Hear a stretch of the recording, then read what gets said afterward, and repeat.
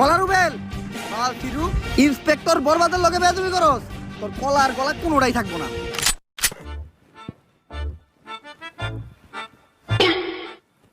আসসালামু আলাইকুম ভাই। কি জানি কইতেছিলি তুই? আমি তো কইতেছিলাম ভাই কলার আলী কত? পাক নামি করো। কি কইছ শুনছি তো আমি। কার মুখে মুইতে দিবি তুই? আস্তাক ফিরুল্লাহ ভাই, এই কথা কি আমি আপনাদের কইতে পারি? আপনি ভুলুনছেন আর আমি যে এই কথা আপনাদের কইছি এটার কি কোনো সাক্ষী আছে? হ আমি সাক্ষী। হ্যাঁ কইছে আপনি মুখে মুইতে দিব। জিল্লু তোর মতো কনস্টেবল থাকার থেকে 1 কোটি টাকা ঋণ থাকা ভালো। ওই ওরে ধর, ওর মুখে এখন মুইতে দিব আমি।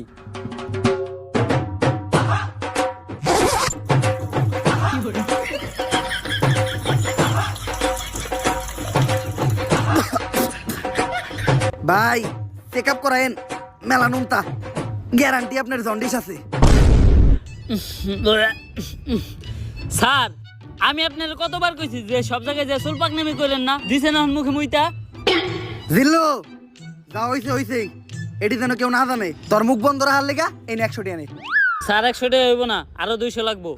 বাবা রে বাবা, বাট পারো রে তুই। আচ্ছা স্যার আপনার ঠিক আপনার কাছেই রাখেন, আমার কাছে ভিডিও করা আছে, আমি টিকটকে ছেড়ে দিমু।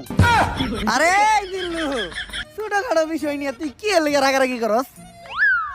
এই নে তোর লেগে তো একটা জীবন দিয়ে দিমু, আর এটা তো সামান্য 200 টাকা। তুই খেলে একটা জিনিস লক্ষ্য রাখিস, ঘটনাটা কেউ যেন না জানে। আপনি কোনো চিন্তাই করেন না স্যার। এই তুমি ইন্সপেক্টর বরবাদ না, যার মুখে কলার রুবেল মুইতা দিছে? হ্যাঁ মুতের কি গন্ধ। থু। আপনি এই ঘটনা জানলেন কেমনে?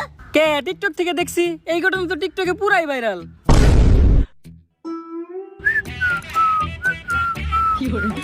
জিল্লু